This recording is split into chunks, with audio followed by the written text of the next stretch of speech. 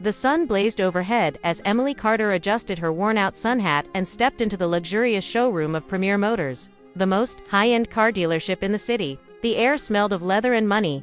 Emily had walked 3 miles in the scorching heat because her old bicycle had finally broken down. She wasn't here to dream. She was here to buy.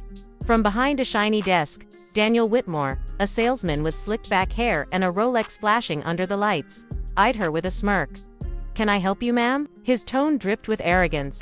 Emily smiled politely. "Yes, I'd like to see your most reliable used car. Something under $10,000. Daniel let out a laugh. "Used, ma'am? This is Premier Motors. The cheapest thing here is a $90,000 sedan." He gestured toward the door. "Maybe try the used lot across the highway." Emily's grip tightened on her old purse. "I understand, but I'd still like to look." Daniel sighed loudly and turned to his colleague. "Jen, can you believe this? Some people just don't get it." Jen, a nervous young intern, looked uncomfortable but stayed silent. Emily's patience was wearing thin. Her voice trembled, but her eyes burned with determination. "I may not look like much, but I can afford a car here." Daniel scoffed. "Sure, and I'm the president. Listen, lady, we don't have time for games." Security. A burly guard appeared. Before Emily could protest, she was escorted out in front of wealthy onlookers. Some chuckled, some whispered. Emily walked away, humiliated, tears stinging her eyes. That evening, when Richard Carter returned home from his business trip, he noticed his wife, unusually quiet. What's wrong?" he asked, setting down his briefcase. Hesitantly, Emily told him everything.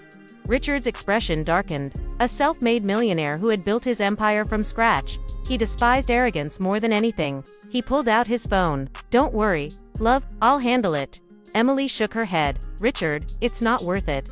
He met her eyes. "Oh, it absolutely is." The next morning, the dealership was buzzing with wealthy clients when a sleek, custom black Rolls-Royce Phantom rolled into the lot. Staff straightened instantly. This was a serious buyer. Out stepped Richard Carter in a tailored suit, his sharp gaze scanning the room.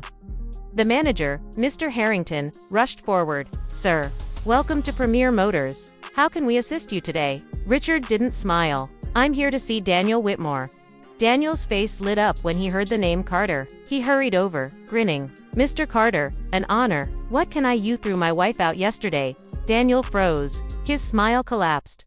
At that moment, the Rolls-Royce door opened again. Out stepped Emily, no longer in her faded dress but in an elegant designer outfit.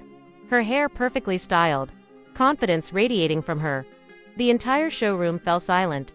Richard wrapped his arm around her. "You judged her by her clothes. You humiliated her in front of everyone. Now, let's see how you like being embarrassed." He turned to Mr. Harrington. "I'll take that one." He pointed to the $1.5 million limited edition Bentley.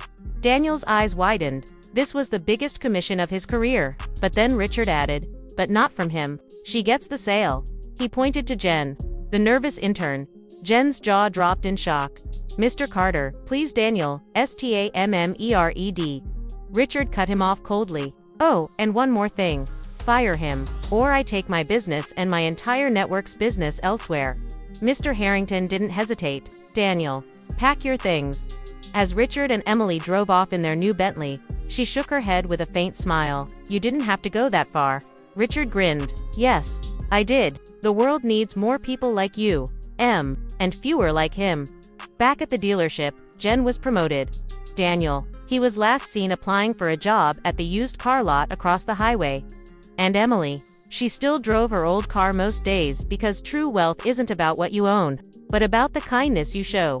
Moral: never judge a book by its cover. Arrogance loses opportunities, but kindness, that's priceless.